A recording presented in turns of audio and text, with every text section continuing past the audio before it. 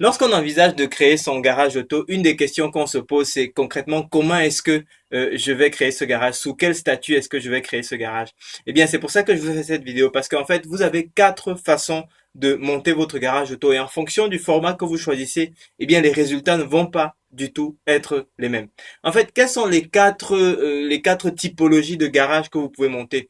La première typologie, c'est le garage traditionnel indépendant. C'est-à-dire que vous trouvez un endroit où vous pouvez monter votre garage traditionnel indépendant, entre guillemets, à l'ancienne. Et là, en général, ce qu'il faut faire, enfin, c'est surtout reprendre un garage qui existe, parce qu'aujourd'hui, créer un garage traditionnel indépendant de toute pièce, sauf si vous avez une véritable spécificité sur le marché et vous savez comment faire décoller rapidement votre chiffre d'affaires, c'est vraiment pas, enfin, il y a fort à parier que vous n'aurez pas les moyens de tenir sur la durée.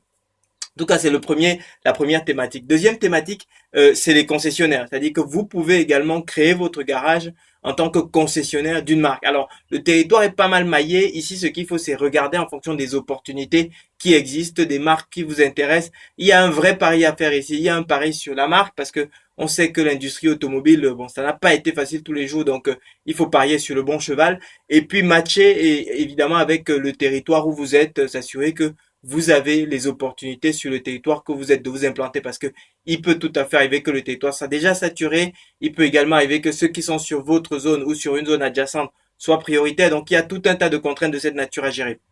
Mais en tout cas, c'est un autre statut que vous devez, c'est une autre formule que vous pouvez envisager en tout cas lorsque vous souhaitez ouvrir votre propre garage. La troisième formule, eh bien, c'est ce qu'on appelle les agents de marque. Eux, c'est des agents de marque, ils sont liés à des concessionnaires. C'est un petit peu comme des concessionnaires, c'est-à-dire que leur rôle en fait, c'est d'assurer tout le SAV au niveau mécanique, technique, etc.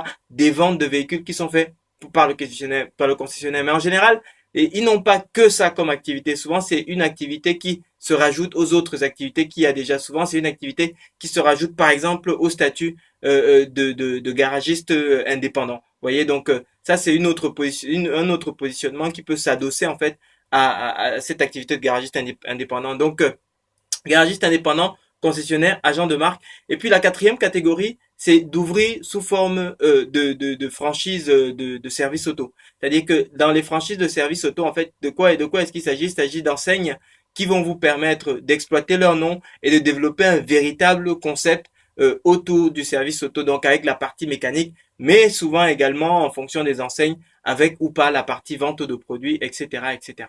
Et ici aussi, ce qu'il faut voir, eh bien, c'est également quel est le tissu géographique sur lequel vous vous situez.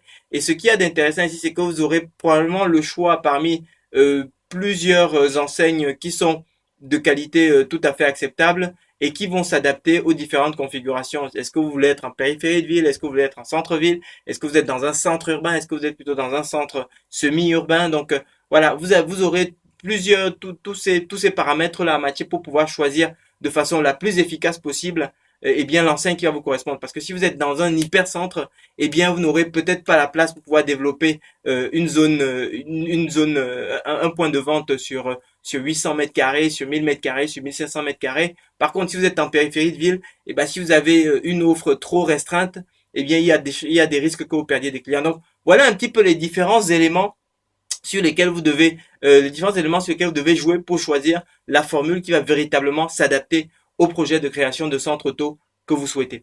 Donc, merci pour votre attention. Commentez cette vidéo parce que c'est mon principal salaire pour ces vidéos que je fais pour vous. Dites-moi votre projet, sur quelle zone est-ce que vous vous situez, sur quelles sont les formules parmi lesquelles vous hésitez. Et puis, j'hésiterai pas à réagir dans les commentaires pour vous aider peut-être à trouver quelle est la formule qui peut mieux correspondre pour vous. Est-ce que vous avez déjà fait des tentatives? Est-ce que vous avez tenté sur une formule, ça n'a pas marché? Est-ce que vous avez essayé certaines formules qui vous paraissent plus difficiles ou d'autres qui vous paraissent plus accessibles? Est-ce que vous avez des questions sur les coûts? N'hésitez pas à commenter sur cette vidéo et je me fais un plaisir de vous répondre. Merci et très bon succès dans votre projet.